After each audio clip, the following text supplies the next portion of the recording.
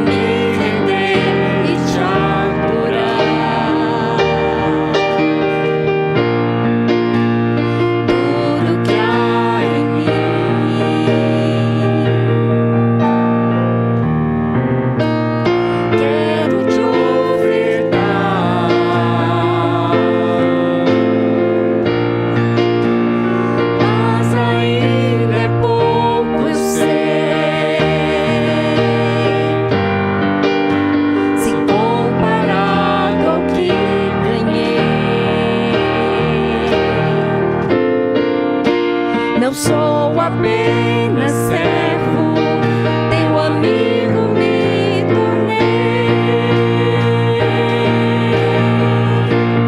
Te louvarei. Não importam as circunstâncias,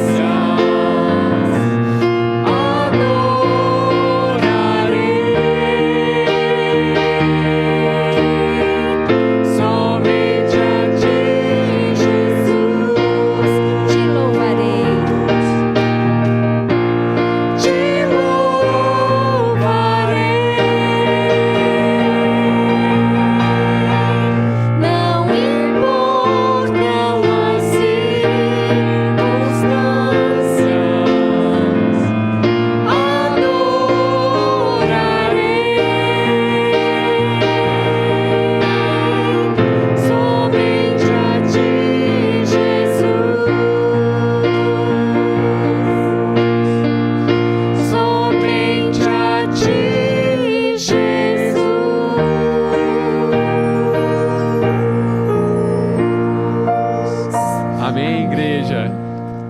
com grande alegria que estamos reunidos mais uma vez aqui para adorar o nosso Senhor. Fico feliz por ver cada um de vocês aqui e ainda mais Cristo lá no céu, que está recebendo a nossa adoração. Ó Pai amado, Pai querido, muito obrigado por tudo que o Senhor tem feito por nós. Ó Pai amado, quão grandioso és Tu, Criador do céu e da terra. Tem nos dado tanta coisa, saúde, sustento, Pai. Quão maravilhoso és Tu, Pai.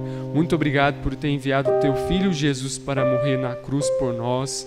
E não só nos termos como servos, mas amigos e filhos de Ti, Pai. Muito obrigado por tudo que o Senhor tem feito por nós. Ó Pai, receba a adoração que entoamos a Ti essa noite. Que ela possa subir como aroma suave aos Teus ouvidos, Pai. Ó Pai querido, sentimos falta de irmãos aqui conosco, mas esteja guardando a vida de cada um deles e protegendo os seus passos, cuidando de sua saúde e abençoando a vida de cada um, Pai. E que na próxima podemos estar aqui reunidos louvando a Ti ou na Tua glória, Senhor Deus, entronizando o Teu trono, Senhor Deus, e a Tua majestade, Pai. Esteja conosco, nos conduzindo nesse culto, Pai.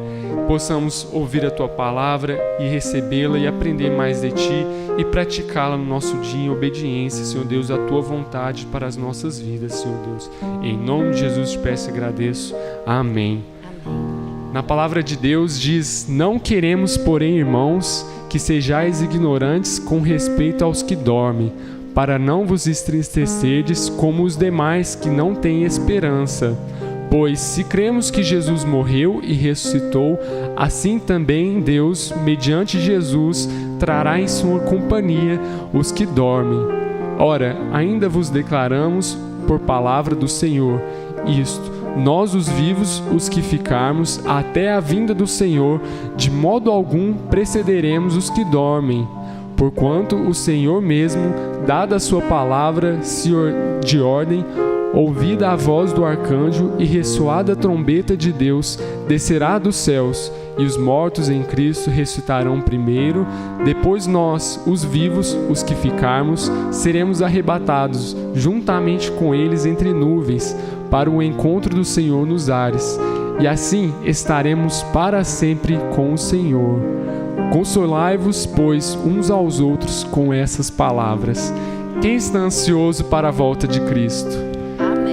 Que essa seja a nossa maior expectativa, a volta de Cristo, e que juntos possamos sempre ansiar por isso. As coisas dos nossos dia a dia podem nos tentar afastar, mas que isso seja o nosso pensamento a todo momento. Cristo está voltando, e nós que estamos aqui, estamos preparados para a volta de Cristo? E o que estamos fazendo para a volta de Cristo? Quando o noivo vier e nós, como a noiva de Cristo, com os adornos que Ele nos tem dado para podermos evangelizar, levar a palavra de Deus e quantas outras coisas, estamos colocando na nossa vida esses adornos diante do noivo. Que essa possa ser o nosso propósito de vida essa semana e até mesmo no decorrer da nossa vida.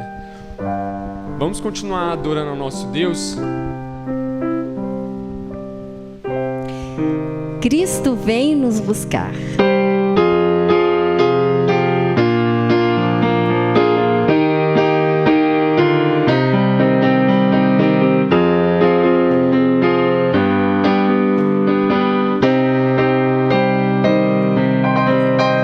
Cristo vem me buscar, para o céu me levará.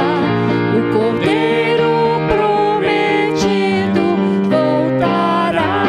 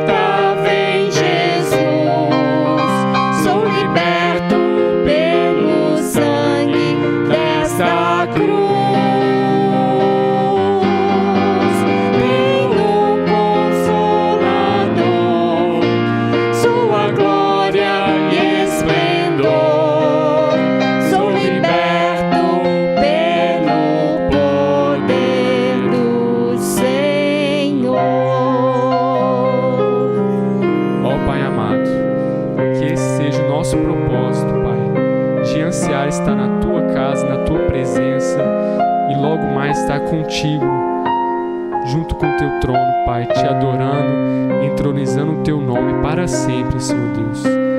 Ó Pai, nos use, Senhor Deus, nos capacite para Te servirmos e Te adorarmos como o Senhor merece, Pai. Tenha misericórdia das nossas vidas. É em nome de Jesus que eu Te peço e Te agradeço. Amém.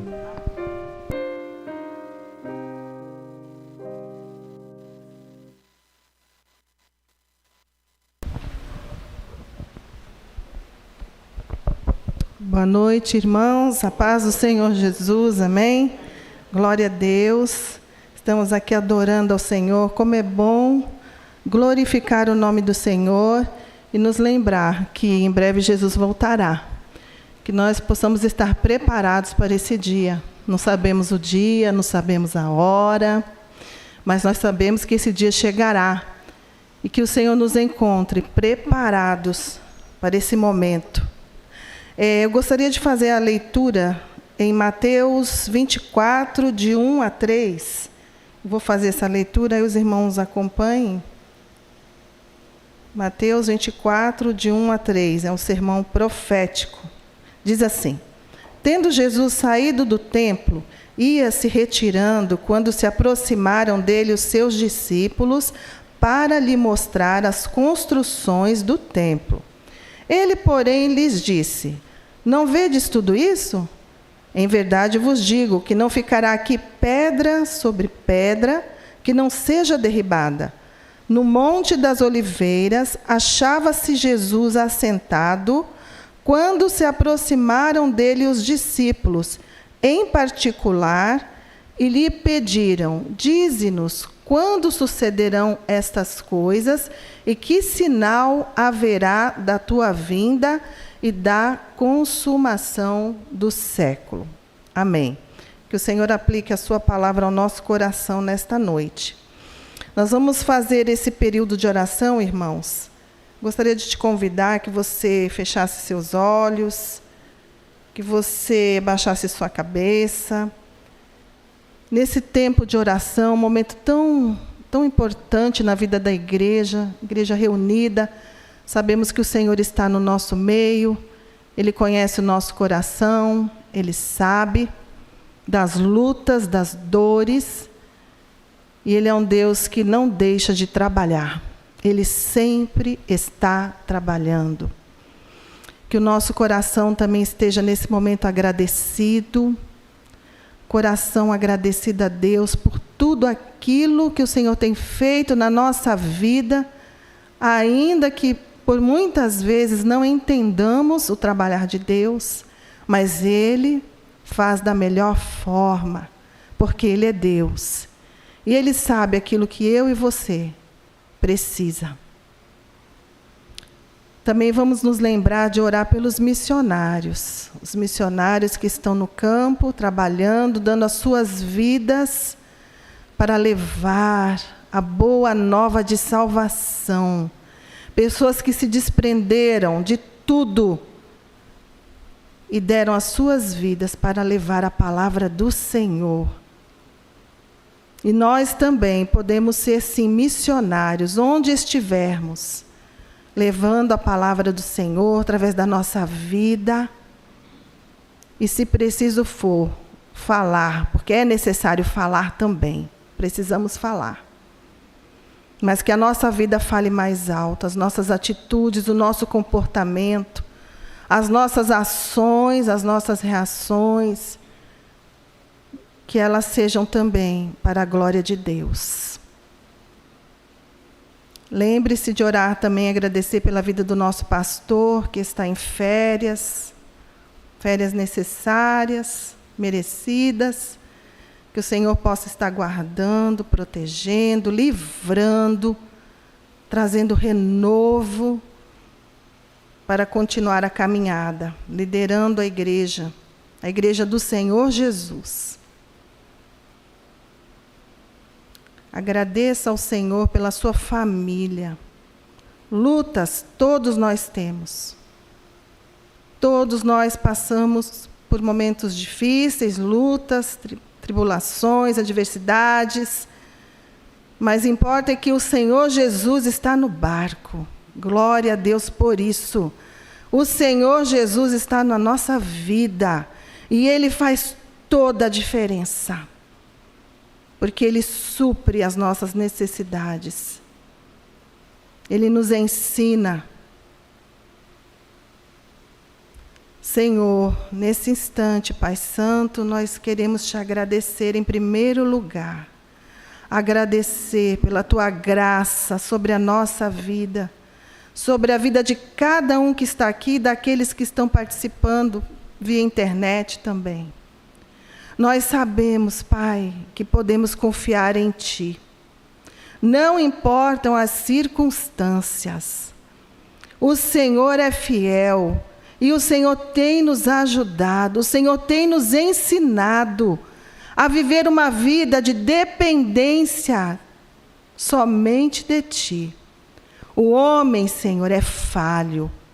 O homem, Senhor, como diz a Tua palavra, maldito o homem que confia no homem e despreza o Senhor. Porque o homem, ele falha. Ele vai até um certo ponto, porque é pó, porque é terra, porque não entende das coisas do Senhor. Mas a Tua graça que está sobre nós nos ajuda. E o Teu Filho Jesus nos leva a essa comunhão através do Teu Santo Espírito, para que nós possamos compreender as coisas espirituais que não se compreendem, ó Deus, com as imaginações, com a sabedoria humana, com aquilo que o homem alcança, mas com aquilo que só o Senhor pode nos revelar. Então, Pai, nós colocamos diante do Senhor cada irmão desta igreja, cada departamento, cada líder, cada diácono, diaconisa, as crianças dessa igreja, os jovens, os adultos, os adolescentes. Senhor, cada vida que está aqui, participando desta comunhão, eclésia, da igreja do Senhor, que possa ter uma experiência contigo, que possa viver, ó Deus, para te agradar, que nós possamos te adorar com tudo o que somos. Ó Deus, ajuda aqueles que estão precisando de uma porta de emprego. O Senhor sabe da necessidade. O Senhor sabe, Pai, das famílias que estão necessitando de uma porta aberta para sustentar seus lares. Mas nós também sabemos que o Senhor não deixa faltar nada, não tem deixado faltar nada. Então nós te agradecemos. Obrigada, Senhor, por esse momento. Obrigada porque nesse lugar o Teu nome é exaltado, o Teu nome é glorificado. E aqui, Senhor, nós crescemos, nós recebemos a Tua palavra que nos alimenta, que nos fortalece e que nos faz prosseguir para a semana que já se iniciou. Ó Deus, que nós possamos dia após dia estarmos aos Teus pés para receber do Senhor o alimento, o maná diário. O Senhor é o pão da vida. Muito obrigada por esse momento. Que cada irmão aqui esteja atento à voz do Teu Espírito. Ó Deus, que ninguém, ó Deus, saia daqui da forma como entrou, mas que possa receber a Tua palavra e que a Tua palavra em nós dê fruto, Senhor, para Te agradar. Essa é a oração que fazemos ao Senhor e já agradecemos. Em nome de Jesus, amém e amém. Glória a Deus. Nós vamos passar esse momento para os dízimos e as ofertas. Se você trouxe aí, se você preparou, você pode estar trazendo até o gasofilácio.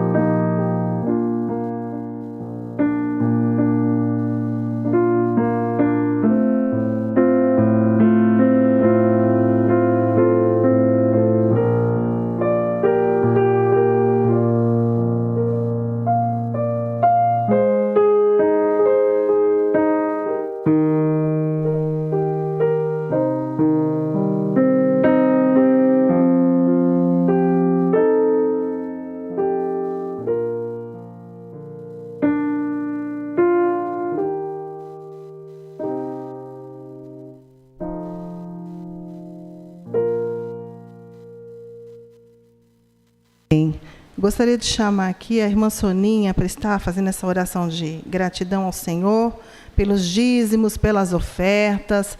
De manhã nós oramos aqui, agradecemos pela vida da Isabela, que vai completar aniversário, mais um ano de vida. E orar também pelas nossas crianças, né, para que o Senhor esteja abençoando, usando a vida dos professores, que toda a palavra do Senhor que for ensinada na classe das crianças entre no coração delas e dê fruto, em nome de Jesus. Senhor Deus e Pai, muito obrigado por estarmos aqui na Tua casa. Obrigada por todos os irmãos que estão reunidos aqui conosco, aqueles que estão em casa também cultuando ao Teu nome. Nós te agradecemos, Senhor Deus, pela provisão que o Senhor tem dado às nossas vidas. Obrigada, Senhor, pelo pão de cada dia. Obrigada, Senhor Deus, pela casa onde nós podemos morar. Obrigada, Senhor Deus, pelas roupas, pelas vestes que o Senhor tem nos dado, pelo Senhor nos agasalhar no tempo de frio. Muito obrigada, Senhor. Nós somos gratos a cada dia por tudo que o Senhor tem nos dado. E te agradecemos também, Senhor Deus, pelos dízimos e ofertas que foram entregues aqui no gasofilácio, que possam ser, Senhor Deus, administrados de tal maneira para o bem do Teu reino, para a edificação, Senhor Deus, do Teu reino aqui na terra e aqui nesse bairro. Que o Senhor possa, Senhor Deus, abençoar a cada um, para que nunca venha a faltar o alimento na sua mesa. Te agradecemos também, Senhor Deus, pelos anos de vida que o Senhor tem nos dado. E agora, nesse momento, pela vida da Isabela, que o Senhor tem abençoado, dando a ela mais um ano na Tua presença. Que o Senhor possa estar abençoando e que esse próximo ano de vida dela seja debaixo da Tua proteção, debaixo dos Teus cuidados e trilhando os Teus caminhos. Cuida de nós, Senhor Deus, no decorrer desse culto. Abençoa o pastor Elias na mensagem que vai nos trazer.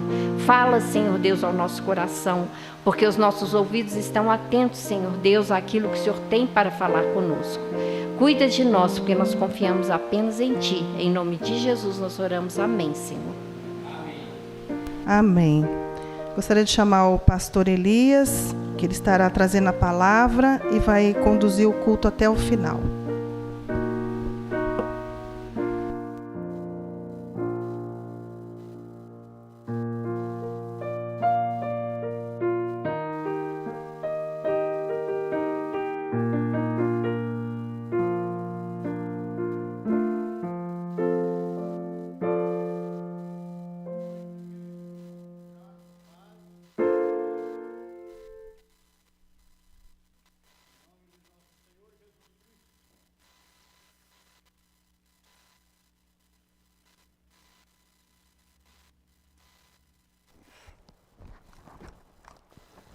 Eu pedi ao pastor para que desse aos irmãos, explicasse aos irmãos a razão de nossa ausência nesses últimos dias. Mas como ele viajou, talvez não tenha tido oportunidade. Meus irmãos, o salmista diz assim: alegrei-me quando me disseram, vamos à casa do Senhor. A recíproca é verdadeira. Eu me entristeço quando alguém diz, você não pode ir agora à igreja, né? Mas, irmãos, eu estou fazendo um tratamento médico, e os irmãos devem ter já há algum tempo, mas agora, nesses 2 últimos meses, intensificou um pouco mais. Só que eu quero tranquilizar os irmãos que está indo tudo muito bem. Deus, mas com algumas restrições. Uma delas, por exemplo, é que eu não posso ficar numa mesma posição mais de 2 horas. Se eu estivesse dando aula, eu estaria com uma situação difícil, né? Se bem que eu nunca fiquei sentado dando aula, sempre fazia movimento, né? E eu estou sendo assistido por um coloproctologista, que é o médico principal, o Dr. Matheus Meyer. Matheus Meyer. E por um endocrinologista, também, Dr. Frederico, e por um fisioterapeuta anorretal, é um especializado, né? E com consultas e exames semanais. Na verdade, o fisioterapeuta precisava de 2 vezes por semana, mas como é particular, ele resolveu fazer uma vez apenas e nós fazemos exercícios em casa todos os dias. Todos os dias. Então, com isso, nós temos tido essa dificuldade, não podemos sair. Mas amanhã mesmo eu tenho médico às 4 horas da tarde e ele me disse que que o meu tratamento como inicial deve demorar de 2 a 4 meses apenas. Há pessoas que vão até 4 anos, né? Até 4 anos de tratamento. Mas, graças a Deus, tudo está bem, não tem problema mais sério, né? E alguns problemas, sim, existem, né? Algum mal-estar, alguma coisa que, mesmo porque o tratamento é um pouco delicado, mas, graças a Deus, Deus tem nos abençoado. Então, com tudo isso, nós temos tido a dificuldade de estar. Eu falo com as pessoas agora que a palavra de Deus não falha. Até 80 anos de idade, eu tinha uma saúde chamada de ferro, né? Os irmãos sabem como é que era, né? Aqui até viram como é que era, mas depois de 80 vem enfada e canseira. É o que a palavra de Deus diz, enfada e canseira. Mas os médicos são muito bons, 2 deles pelo menos eu estou evangelizando, eles estão bem interessados, né? Espero ganhá-los para Jesus, né? Vou dar uma Bíblia para eles de presente e tenho falado do Evangelho. E um deles procura conversar comigo sobre o Evangelho. E às vezes eu digo para ele, o doutor Frederico, eu digo, doutor, o senhor tem outros pacientes, eu não quero tomar seu tempo. Ele disse, não, mas eu preciso conversar com você. Então tudo bem, vamos conversar, vamos falar. Pediu explicação sobre a reforma protestante, muitas outras coisas. Ele ficou sabendo também que eu fui professor de história e ele queria então saber e a gente tem aproveitado esta oportunidade. Então Deus tem nos dado essa oportunidade. Espero, irmãos, que muito breve eu possa voltar àquilo que sempre gostei de fazer. Se a gente, como pastor, recomenda aos crentes para que eles não deixem de estar presente, de frequentar os cultos, os trabalhos da igreja, porque isso não somente fortalece a igreja, mas fortalece também a nossa vida. Quando nós somos obrigados a fazer isso, a gente fica um pouco triste com isso. Mas graças a Deus está tudo bem. Eu mostrei os exames para o pastor, como estão, a situação como está essa semana, e pedi a ele que desse uma palavra à igreja, para que os irmãos pudessem tomar conhecimento. Meus queridos e amados irmãos, eu quero falar aos irmãos, ou querer refletir com os irmãos nesta noite, sobre o assunto mais fascinante da Bíblia. Eu considero a segunda vinda de Cristo. E na verdade nosso assunto hoje é a segunda vinda de Cristo e o fim do mundo. Por que isso? Porque o texto que escolhemos para refletir diz exatamente isto. Mateus capítulo 24, pode ficar assentados, 1 a 3. E quando Jesus ia saindo do templo, aproximaram-se dele os seus discípulos, para lhe mostrar a estrutura do templo. Jesus, porém, lhe disse, não vedes tudo isso? Isto, em verdade vos digo, que não ficará aqui pedra sobre pedra que não seja derribada. Essa palavra de Jesus é uma referência à destruição de Jerusalém, que aconteceu no ano 70, pelo general romano Tito. Um acontecimento dos mais terríveis que a humanidade conheceu, onde as mulheres trocavam os filhos com as outras para que pudessem servir de alimento. Uma coisa terrível que aconteceu. Mas depois os discípulos disseram assim, e estando assentados no Monte das Oliveiras, depois que Jesus foi e assentou-se no monte, chegaram-se a ele os seus discípulos novamente, em particular, dizendo: dize-nos quando serão estas coisas, e que sinal haverá da tua vinda e do fim do mundo. Aí diz fim dos séculos, né? Na versão que eu tenho aqui diz fim do mundo. Quando serão estas coisas e que sinal haverá da tua vinda e do fim do mundo? Na verdade, queridos irmãos, a segunda vinda de Jesus é mais mencionada em toda a Bíblia do que o seu nascimento. Mas só no Novo Testamento é mencionado 360 vezes a segunda vinda de Cristo. E no Velho Testamento, várias vezes também, mais de 200 de vezes. Começando com Gênesis. Com o livro de Gênesis. Porque a promessa de Deus a Satanás, que traiu o primeiro casal, que da semente da mulher nasceria aquele que esmagaria a cabeça da serpente. Este esmagar a cabeça da serpente é uma referência à segunda vinda de Cristo, quando Satanás será plenamente vencido. Satanás não está vencido.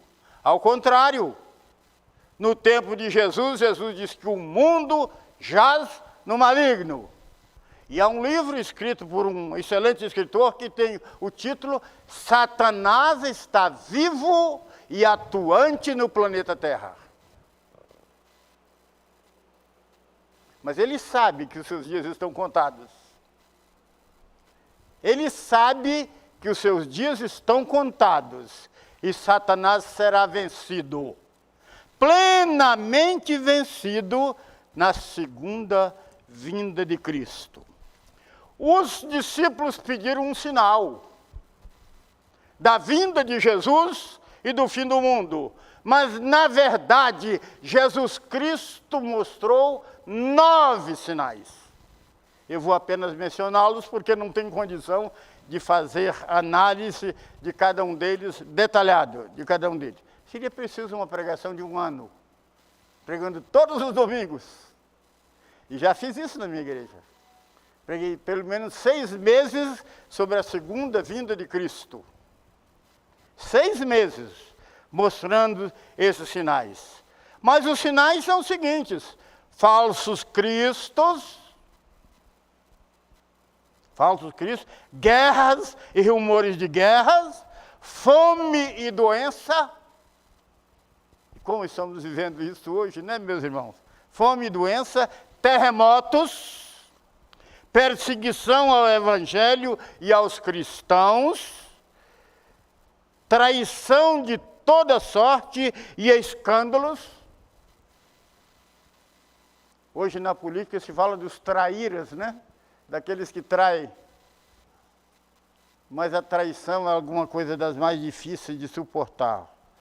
Falsos profetas, multiplicação da iniquidade e pregação do Evangelho a todas as nações. Esses são sinais que Jesus diz, que Jesus apresentou como antecedentes de sua vinda. O que a Bíblia diz sobre o fim do mundo é o que vamos considerar agora, e a vinda de Jesus. Jesus não disse em que ano o mundo vai acabar. Ele não disse isso. Me lembro que quando eu era ainda criança, quase adolescente, uma pessoa com quem papai falava do Evangelho disse para ele assim: seu Zé Dias, é verdade que sobre a vinda de Jesus ao mundo, a Bíblia diz que 1000 chegará, mas 2000 não passará? Muita gente pregou isso por muito tempo, anunciou por muito tempo. E a palavra de papai não podia ser outra, ele disse: a Bíblia não fala isso. Isso não está na Bíblia. Pelo contrário, a Bíblia diz que a vinda de Jesus só o Senhor sabe, só o Pai. Nem Ele mesmo. Nem Ele mesmo sabe, mas somente o Pai. Só que Ele deu sinais como poderia acontecer. Jesus não disse isso. Jesus disse que haverá 9 sinais, como mencionamos aqui, que precederão o fim do mundo e a sua volta. Quais são os sinais que a Bíblia estabelece a respeito do fim do mundo e da segunda vinda de Jesus? Já mencionamos aqui, mas quero dizer um pouquinho sobre cada um. A Bíblia diz também, aliás, Lucas apresenta mais, pelo menos 4 sinais, além desses que Mateus menciona na palavra de Jesus. Inclusive a volta dos judeus para a sua terra, que Mateus não menciona. Mateus não menciona. Irmãos, cada discípulo de Jesus teve a sua maneira de observar o seu ministério, as suas palavras. Por isso, o Evangelho é segundo Mateus, ou de acordo com Mateus. Evangelho segundo Lucas, Evangelho de acordo com a narrativa de Lucas, Evangelho segundo Marcos, segundo a narrativa de Marcos e Evangelho segundo João. E alguém já disse que tem o Evangelho segundo a minha vida, segundo o que eu sou. Porque cada um de nós tem o Evangelho em si, na sua experiência cristã. A Bíblia fala que nos últimos tempos, por exemplo, haverá grande imoralidade. Grande imoralidade. A imoralidade vai tomar conta de todas as esferas da vida humana, e tem tomado. Viram isso, irmãos? Como o mundo vive assim? É o que Jesus falou sobre iniquidade. Por se multiplicar a iniquidade, o amor de muitos será. Aliás, a palavra multiplicar aparece aqui 2 vezes. Primeiro, a ciência. A ciência multiplicará. E a iniquidade também multiplicará. Procurando um dicionário sobre a palavra iniquidade, encontramos o seguinte: desequilíbrio moral. Conhecem um tempo, irmãos, em que é mais desequilíbrio moral do que o nosso? Terrível. Desequilíbrio moral, perversidade, depravação e transgressão. Essas palavras são sinônimos de iniquidade. A Bíblia diz que nos últimos tempos multiplicaria a iniquidade. A Bíblia diz que nos últimos tempos a imoralidade seria grande. Pornografia está dominando o mundo. Por exemplo, no capítulo 6, versículo 15 de Jeremias, o profeta, veja os irmãos, 700 anos antes de Cristo, o profeta diz: porventura envergonham-se de cometer abominação? Pelo contrário, de maneira nenhuma se envergonham, nem tampouco sabe que coisa é envergonhar-se. Jeremias diz isso. O profeta Jeremias, quantos anos antes de Cristo? E falando sobre a destruição do mundo na época de Noé, a Bíblia diz assim: e viu o Senhor que a maldade do homem se multiplicava sobre a terra, e que toda a imaginação dos pensamentos do seu coração era só má, e continuamente. O coração do homem hoje, quando Deus olhou para a terra, e a Bíblia diz que a imoralidade, a depravação do mundo era tão grande que Deus se arrependeu de ter feito o mundo. Quero dar uma breve palavra sobre este arrependimento de Deus, porque ele é muito contestado na Bíblia, não é compreendido. Um texto diz que Deus não é um homem para se arrepender. Deus não se arrepende. Em que sentido o hebraico usa a palavra arrepender? É preciso um certo conhecimento das línguas originais para saber em que sentido.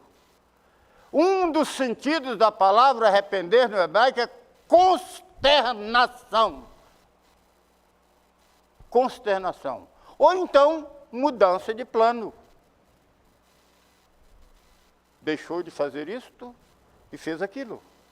Muitas vezes, pela oração dos seus escolhidos, dos fiéis, Deus deixou de cumprir um intento de destruição dos homens. É nesse o sentido que a Bíblia usa para Deus em termos de arrependimento.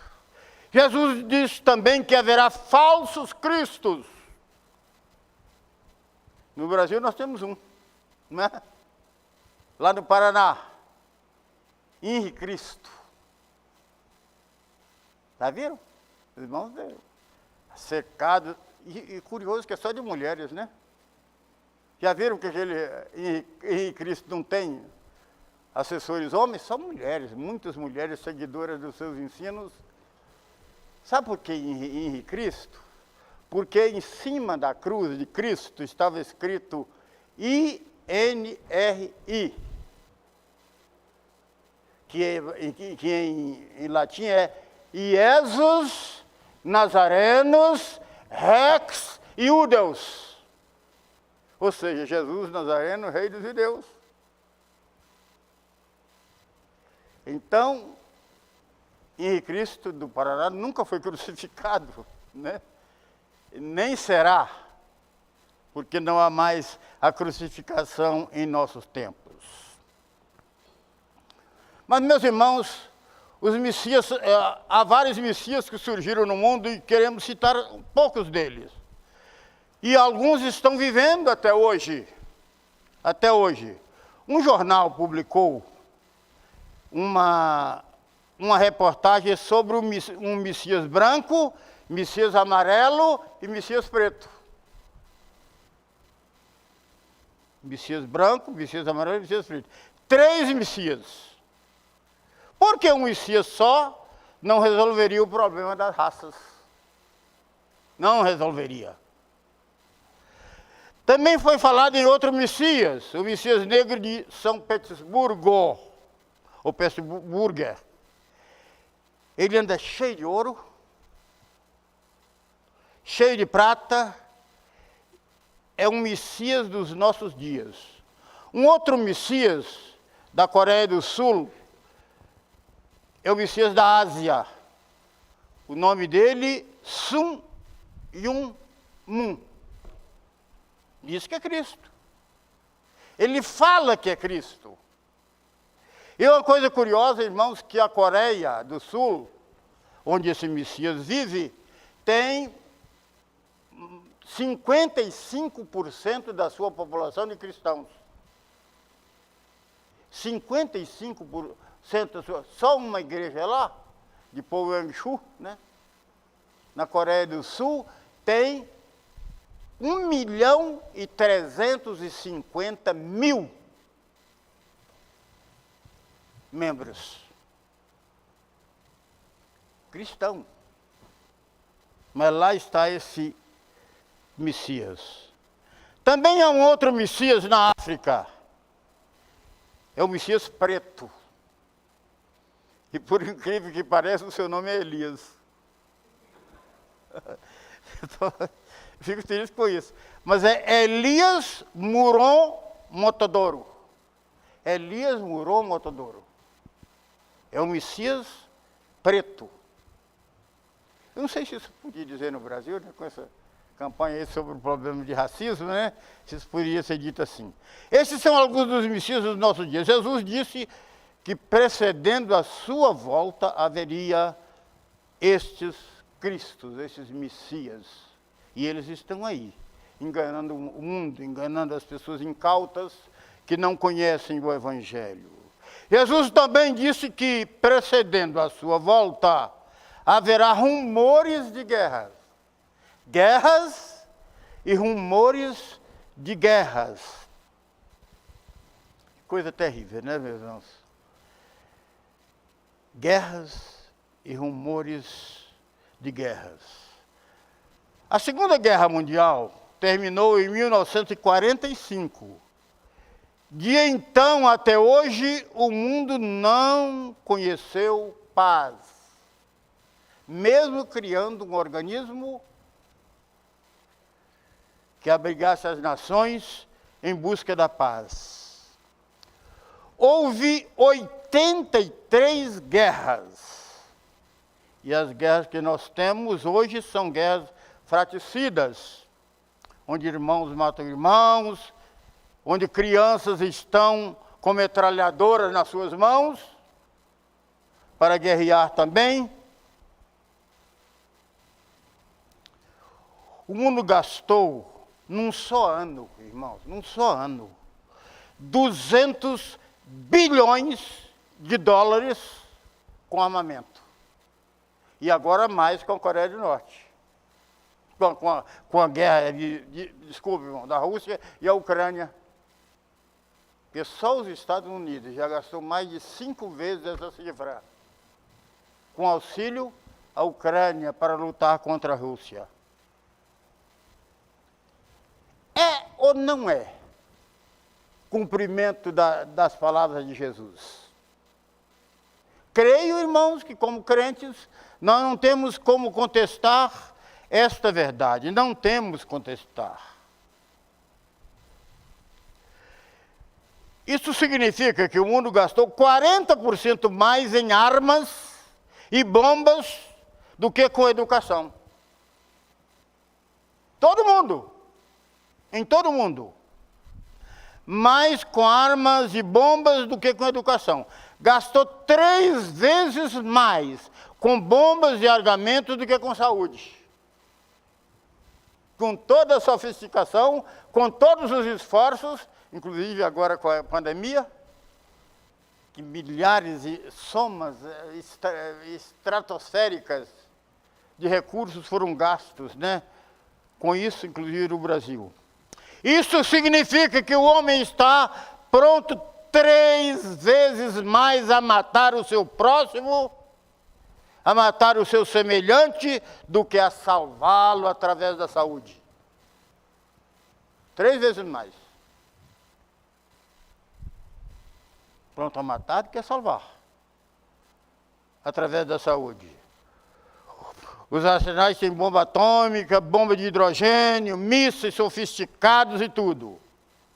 Em volta da Terra há satélites rodando, e alguém afirmou que muitos deles estão recheados de bombas atômicas que, ao simples apertar de um botão, podem ser detonadas e este mundo voará como fumaça. Destruição total do mundo. Todos os países do mundo hoje estão preocupados com a guerra entre a Rússia e a Ucrânia, porque muitos pensam que ela é o início da Terceira Guerra Mundial. E a Terceira Guerra Mundial é muito mais catastrófica do que as outras que já houve até hoje. Segundo especialistas, meus irmãos, estima-se que há 170 mil artefatos nucleares estocados em várias nações da Terra, prontos para explodir a qualquer momento. E Jesus disse que isto é um sinal dos tempos. Mas ele disse que ainda não é o fim. Observando os ensinos de Jesus, os irmãos vão encontrar essa afirmação dele. Mas ainda não é o fim. Depois vamos dizer quando que Jesus disse que pode significar o fim. Jesus disse que haverá um sinal precedendo sua volta, que ele disse que precedendo a sua volta e o fim do mundo, haverá terremotos sobre a face da terra. Um sismólogo famoso fez o seguinte estudo a respeito dos terremotos. No século XIV, houve 137 terremotos. No século XV, houve 174 terremotos. No século XVIII, 378 terremotos. No século XVIII, 640 terremotos. No século XIX, 2.119 terremotos. No século XX, 3.000 terremotos. E agora, em 2 décadas do século XXI, apenas 2 décadas e mais 2 anos, nós estamos no ano 2023 agora, não é isso, irmãos? Portanto, 23 dias deste século, já houve 47 terremotos. Só este ano, só este século. Só neste século. E quem assiste televisão vê o que acontece, onde esses terremotos acontecem também. Jesus também disse, isso também afirmou Daniel, que a ciência multiplicaria. Está lá em Daniel também. Daniel capítulo 12. Examinarem, os irmãos vão ver isso. Capítulo 12, verso 4. Nos últimos tempos a ciência se multiplicará sobre a face da terra. Isaías, no capítulo 31, versículo 5, diz assim. Isaías, 700 e tantos anos antes de Cristo. Meus irmãos, a Bíblia é maravilhosa. Por isso não há como duvidar da Bíblia, da palavra de Deus. Diz Isaías, os homens voarão como as aves. Está lá no livro de Isaías. Escreveu 700 anos antes. Os homens voarão como os pássaros. Eis os homens voando de jatos, espaçonaves, numa velocidade incrível. Há 5.000 revistas científicas no mundo que são publicadas anualmente em todo o mundo, que apresentam descobertas científicas, várias delas. E mais 75 de todos os remédios que são usados hoje foram descobertos depois da Segunda Guerra Mundial, 1948, ou 1945, quando ela terminou, 1945, perdão. A ciência não somente progride, ela está se multiplicando. Eu disse que há 2 sinais que aparece a palavra multiplicar. A ciência e a iniquidade. Multiplica. Em Naum, no capítulo 2, verso 4, livro do profeta Naum, está escrito assim. Veja os irmãos. A Bíblia é maravilhosa. Quando eu leio esses textos da Bíblia, eu fico pensando como que esses homens de Deus, esses profetas, viram isso há tantos anos atrás. Quando nenhuma outra ciência, nenhum outro escritor, nenhum outro pesquisador chegou à conclusão que eles chegaram. Porque foram iluminados pelo Senhor. Foram iluminados e nós cremos assim. E Naum diz assim, os carros se enfurecerão nas praças, chocar-se-ão pelas ruas, o seu parecer é como de tochas, correrão como relâmpagos. 600 anos antes de Jesus nascer. 600 anos antes de Jesus nascer. Naum já tinha visto o automóvel.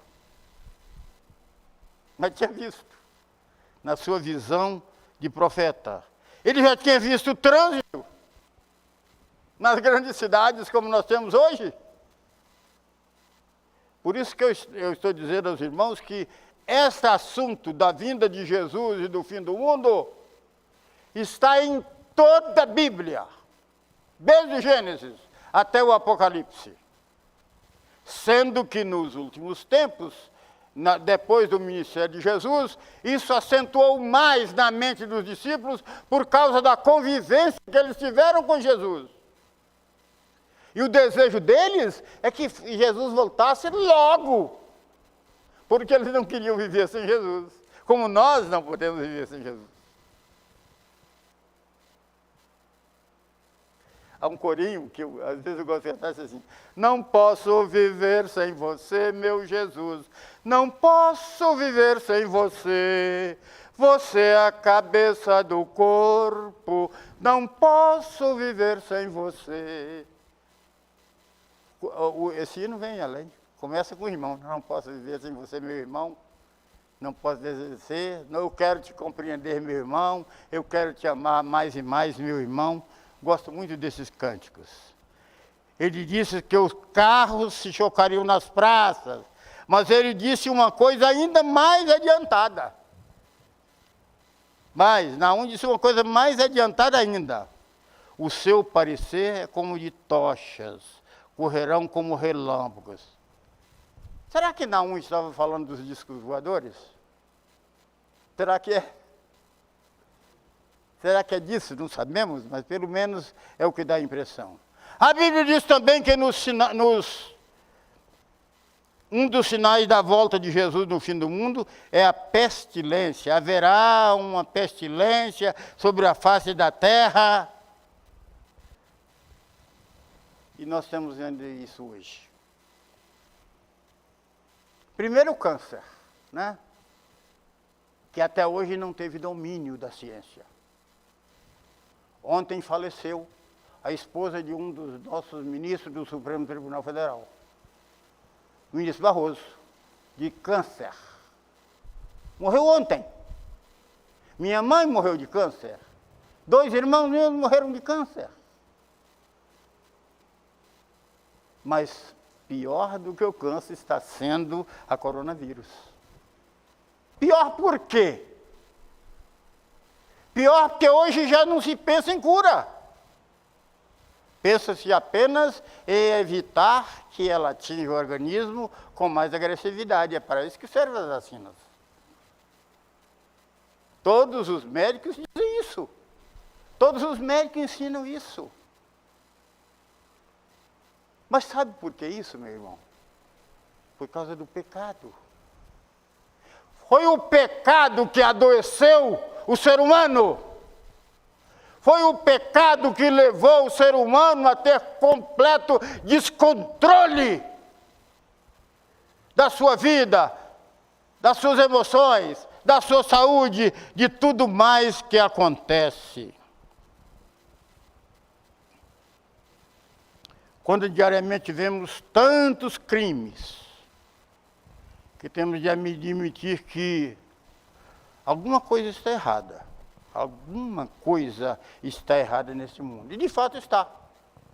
É o homem desviando-se dos propósitos de Deus, do propósito de Deus para a sua vida. O mundo se desorientou, o mundo se desequilibrou por causa do pecado. Assim como a nossa vida se desequilibra quando nós damos lugar ao pecado. Precisamos ter cuidado nesse tempo. Mas alguém dizia: não, o problema do mundo está no dinheiro. O mundo está no dinheiro. A Bíblia diz que no século XIX, no século XXI, só no século XXI agora, nessas 2 décadas, 91 personalidades riquíssimas se suicidaram. No mundo todo. Recentemente, um que dominava praticamente a ciência na Índia, famoso, foi fazer um passeio num dos seus iates, né? De repente, o motoneiro que conduzia o iate percebeu alguma coisa, algum ruído, quando foi ver no seu aposento, ele havia se suicidado. Havia se suicidado. Isso foi notícia dos grandes jornais do mundo. Não tinha tanto dinheiro? Então não é dinheiro que resolve. Outros poderão dizer, a ciência pode salvar. A ciência é a solução.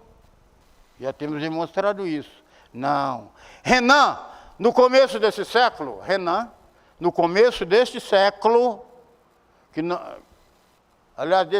do século passado, século XX, no começo do século XX, disse o seguinte, disse que a ciência haveria de enxugar toda a lágrima da humanidade. Palavra de Renan. E como a ciência progrediu e a humanidade continua chorando? Eu podia perguntar à ciência. Alguém perguntou a um cientista, o que é uma lágrima? E ele respondeu, levando a lágrima para um laboratório. Lágrima é cloreto de sódio, HO, isto é, água e sal. Lágrima é isso. Mas será que lágrima é só água e sal? Será que é? Não. Dentro de uma lágrima está a dor de uma viúva, está a dor de um órfão, está a dor de uma esposa que foi abandonada. Ela deu sua mocidade, ela deu sua pureza, seus sonhos para o seu marido, mas seu marido a abandonou. Seu marido a deixou os filhos e ela sozinha. Numa lágrima está a dor do canceroso, está a dor do pobre, está a dor do órfão, está a dor do injustiçado, está a dor da mãe que está vendo o seu filho tomando tóxicos, viciados em tóxicos. Quando pastor no Rio, irmãos, eu trabalhei num projeto de recuperação de viciados. E muitas vezes nós andamos por aquelas favelas do sul do Rio de Janeiro conversando com eles. E que desespero. Foi um dos nossos colegas, que estava na nossa equipe de trabalho, que perguntou a um rapaz que estava lançado na sarjeta, não devia ter mais do que 20 anos. E perguntou, como é seu nome? Ele disse, eu sou o diabo. Como é que você chama seu pai? Demônio. E sua mãe? Ele disse, capeta. Onde você mora? Ele disse, no inferno. Ele disse isso. E muitas mães estão tristes porque estão vendo seus filhos assim. E choram. Não é apenas água e sal. É alguma coisa profunda que sai, sentimento profundo que sai do seu coração.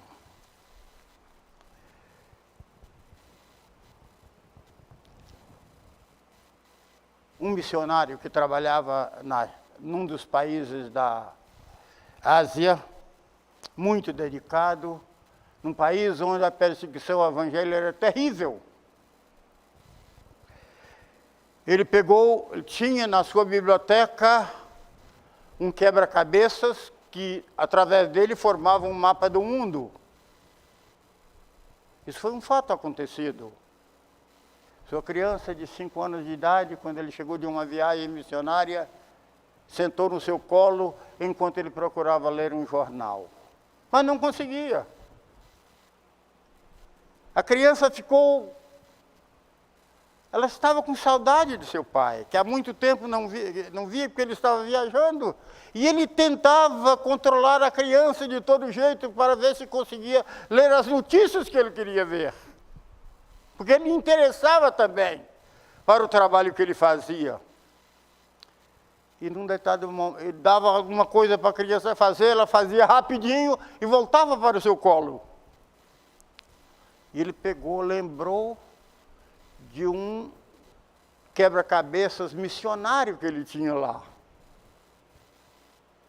Que eram vários cartões que formavam o mapa mundi.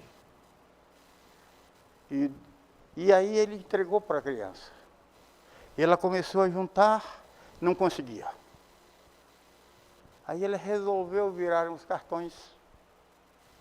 Quando virou o cartão, percebeu que havia os dedos de uma mão. Ela virou todos os cartões e formou a imagem de Jesus. Ela fixou aquilo num outro tabuleiro e voltou e mostrou para o papai. Poucos minutos. Pai dela, mas filhinha, como é que você fez isso tão depressa?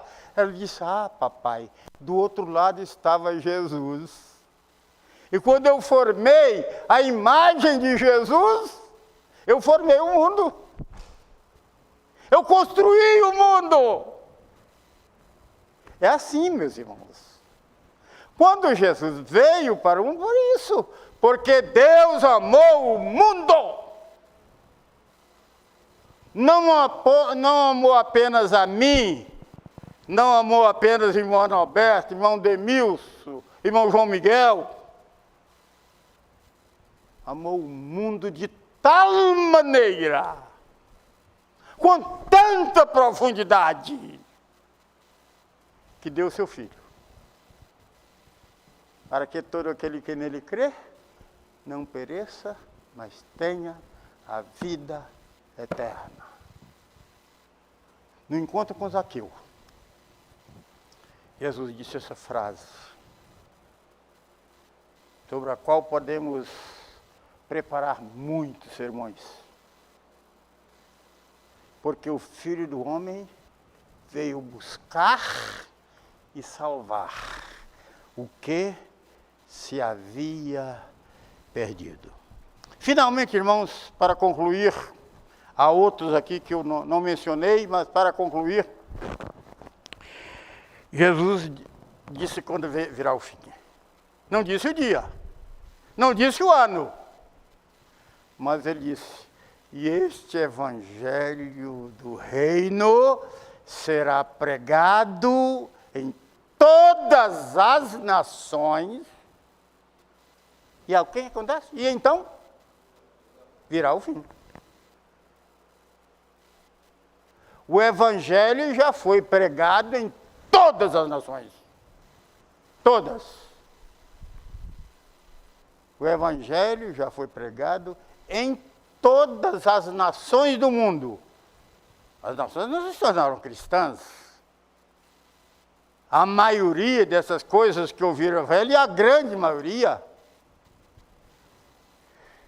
não querem nem saber de Jesus, não creem nem mesmo que Jesus veio ao mundo como Filho de Deus. Mas o evangelho foi lá. Nós temos a igreja, irmãos, subterrânea, a igreja perseguida, a igreja que não se reúne como a nossa aqui, porque não tem direito de fazê-lo. Mas lá, o evangelho está sendo perseguido. Quando eu era pastor em Campo Grande, eu recebi uma carta da Junta de Missões Mundiais, e eu era da Junta de Missões Nacionais na época, pedindo que a gente mandasse cartas para missionários da China, da Índia e de outros lugares, de outros países, Mianmar, outros países, onde a Bíblia era proibida de ser divulgada, mandasse através de cartas, para que pudesse ser lido o texto da Bíblia. E eu me lembrei do templo dos maçoritas, não que eu vivesse lá, mas através dos estudos que a gente entendeu que os maçoretas pegavam o texto dos profetas, escreviam e tinham o maior cuidado para que não caísse qualquer coisa, uma lágrima, qualquer coisa, ou até mesmo que sentasse um mosquito na escrita que estava fazendo para não alterar a palavra de Deus, compreendendo o texto que diz que quem acrescentar um iod, ou um tio, iod é a menor, letra do alfabeto hebraico, de grego, desculpe. Quem acrescentar o seu nome será tirado do livro da vida. Então os maçoretas faziam aquilo com todo cuidado. Se um mosquito assentasse enquanto ele ia tomar café, o sinal ficaria ali. O hebraico, irmãos, é uma língua que não tem vogal. Não tem vogal, só tem consoantes. 23 consoantes, o hebraico. Mas tem os chamados sinais maçoréticos. São pequenos, são colocados ao lado das letras para dar algum significado da palavra. Pois bem, os maçoretas, que eram os copistas, os que copiavam o texto para distribuição, até mesmo. Os irmãos se lembram da evangelização de Filipe, quando Filipe evangelizou o eunuco? Como é que ele fez? Ele pegou essa Bíblia que eu tenho para ler. O que aconteceu lá? Em Atos. Pegou um rolo de um dos textos de Isaías, né? Capítulo 53 de Isaías. Um rolo. Era um pergaminho. Desenrolava ali aquilo que era escrito pelos maçoretas. Eles escreviam aquele texto para ser lido. Jesus fez isso muitas vezes na sinagoga. Várias vezes Jesus fez isso. Paulo fez isso muitas vezes. Hoje, nós temos a Bíblia de bolso, né? Temos uma pequena Bíblia que Vantuil carrega no bolso da calça, né? 66 livros. Olha lá. Olha a Bíblia. E também o celular, né? Hoje, né? Aliás, irmãos, a respeito disso, há pastores que não usam mais Bíblia, não. Sabe que existe isso? Nem cantor cristão. Tem tudo no celular, né? Não usa mais Bíblia. Não usa, simplesmente não usa. Há pouco tempo eu estava falando com um colega sobre um livro que eu li, muito interessante, e recomendei para que eles querem. Não, eu tenho isso no celular. Não vou comprar isso, não. Eu tenho isso no celular. O que eu quiser, eu tenho aí. Não sou contra a ciência, não, irmão, nem a tecnologia. Mas eu acho que nada substitui isso aqui. Eu tenho na minha casa, na minha biblioteca, todas as versões da Bíblia. Todas. Todas as versões. Recentemente eu comprei a tradução da Bíblia, chamada Bíblia de Jerusalém, que é uma nova que tem. Todas. Esse daqui, por exemplo, que a igreja me deu de presente, que era a editora Fiel. Lembra quando os irmãos me deram essa linda Bíblia? Maravilhosa. Maravilhosa. Está seu nome aqui, irmão. Está seu nome aqui, irmão. Está seu nome aqui, Natan. Está aqui o nome da diretoria da igreja, pastor Hugo, quando eu fiz 50 anos de ministério. Mas, meus irmãos, a segunda vinda de Cristo é o assunto de todas as épocas. Mas não é apenas dos cristãos, o mundo todo reconhece e aceita a realidade de que Cristo vai voltar. Não aceitam a Cristo, é verdade. Não se preparam para o encontro de Jesus. Mas sabe que este é um fato histórico incontestável. Por isso nós vamos cantar agora o hino 112 do cantor cristão. Vamos ficar de pé? 112 do cantor. Já refulge a glória eterna de Jesus, o Rei dos Reis. Breve os reinos deste mundo. Irmãos, eu achei esse hino maravilhoso do cantor cristão. Eu estou sem o cantor aqui, mas nós vamos acompanhar. Vencendo, vem Jesus. Ele nasceu numa manjedoura. Na segunda vinda ele virá sobre um trono. Virá sobre um trono. Billy Graham fazia uma das suas cruzadas nas Filipinas. Billy Graham foi o maior pregador e evangelista do século passado. Extraordinário. Um homem que vivia na presença de Deus de uma maneira real. Eu estava na sua numa das suas concentrações no Maracanã, lá no Rio de Janeiro, quando começou a armar uma grande tempestade. E todos começaram a movimentar para sair, porque os relâmpagos eram imensos. E naquela época o Maracanã não era coberto como é hoje, pelo menos em parte. Billy Graham pediu a palavra para o dirigente do trabalho e chegou à frente: não saia ninguém, porque não vai chover enquanto estivermos nessa reunião. Não saia ninguém, porque não vai chover. Eu disse para um colega que estava de lá: é preciso ter muita autoridade para dizer isso. Porque o que parecia é que a tempestade seria terrível. Passou, não choveu. E eu estava lá. Quando terminou lá por volta de 10 horas, 10h15 da noite, lá para as 10h30, a tempestade caiu. Mas enquanto houve o culto, a tempestade não caiu. Pois bem, Billy Graham, terminando uma de suas conferências nas Filipinas, alguém chegou para ele: Dr. Billy Graham, é verdade que Jesus Cristo já voltou? Sabe qual foi a resposta de Billy Graham? Ele disse para aquele homem: em sua casa tem cemitério? Em sua cidade tem cemitério? Sua cidade? Tem vários, a minha cidade é grande. Ele disse: enquanto houver cemitério, Cristo não voltou. Sabe por quê? Porque quando Cristo voltar, as sepulturas vão se arrebentar. As tampas da sepultura vão subir para o espaço. Porque os crentes em Jesus Cristo, que estão, os corpos dos crentes que foram sepultados ali, vão encontrar com o Senhor nos ares. Sua igreja vai encontrar. Então, se há cemitério, Jesus Cristo não voltou. Palavra do Billy Graham. Ali está o cemitério da paz. E só tem paz porque todo mundo está morto, né? Só por isso. Eu já vim muitas vezes, eu já disse para minha mulher e meu filho que eu quero ser sepultado ali, que é barato. Não quero cemitério caro, não.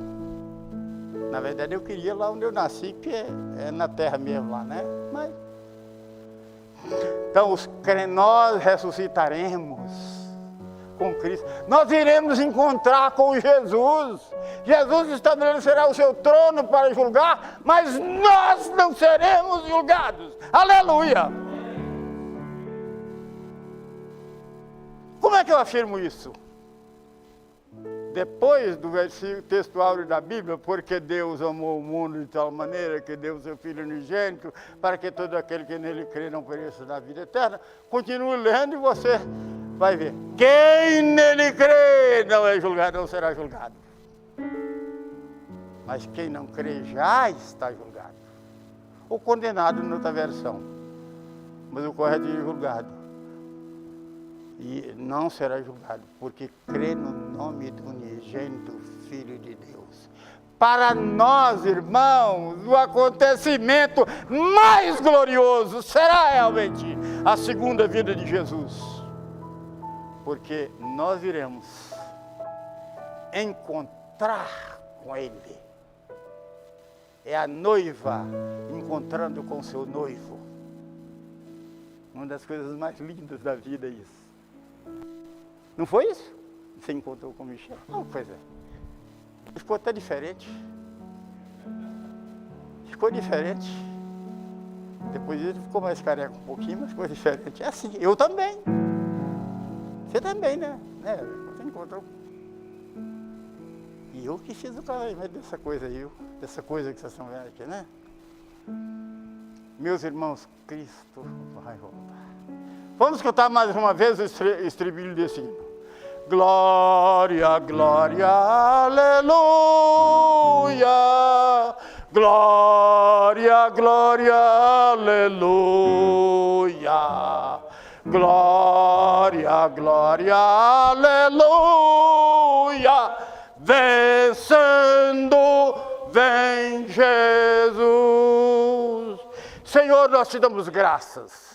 Sempre te damos graças, Senhor, porque por meio de Jesus Cristo em nosso coração, pelo Espírito que nos regenerou, Senhor, que limpou os nossos pecados, tirou a condenação dos pecados de nossa vida, Senhor. Por meio dele, Senhor, nós temos a esperança gloriosa de encontrarmos contigo, Senhor, na sua vinda. Nós te louvamos por isso, Senhor, e pedimos que isto aconteça. E que, a exemplo de que diziam os teus servos no primeiro século da era cristã, na companhia de Jesus, nós dizemos também: Maranata, ó, vem, Senhor Jesus. Sabemos, Senhor, que jamais venceremos as lágrimas, jamais venceremos as dores, jamais teremos paz em nosso coração, Senhor, sem que Tu estejas conosco, mas Tu estás, e nós te louvamos por isso. E assim, Senhor Deus, que o grande amor do nosso Pai Celestial, que a graça maravilhosa e bendita de Jesus Cristo, seu Filho, nosso Salvador e Mestre, que as divinas consolações do Santo Espírito, nosso guia, ensinador e protetor, estejam conosco, queridos irmãos, e com todos os filhos de Deus sobre a terra, hoje e para todo sempre. Amém. Amém.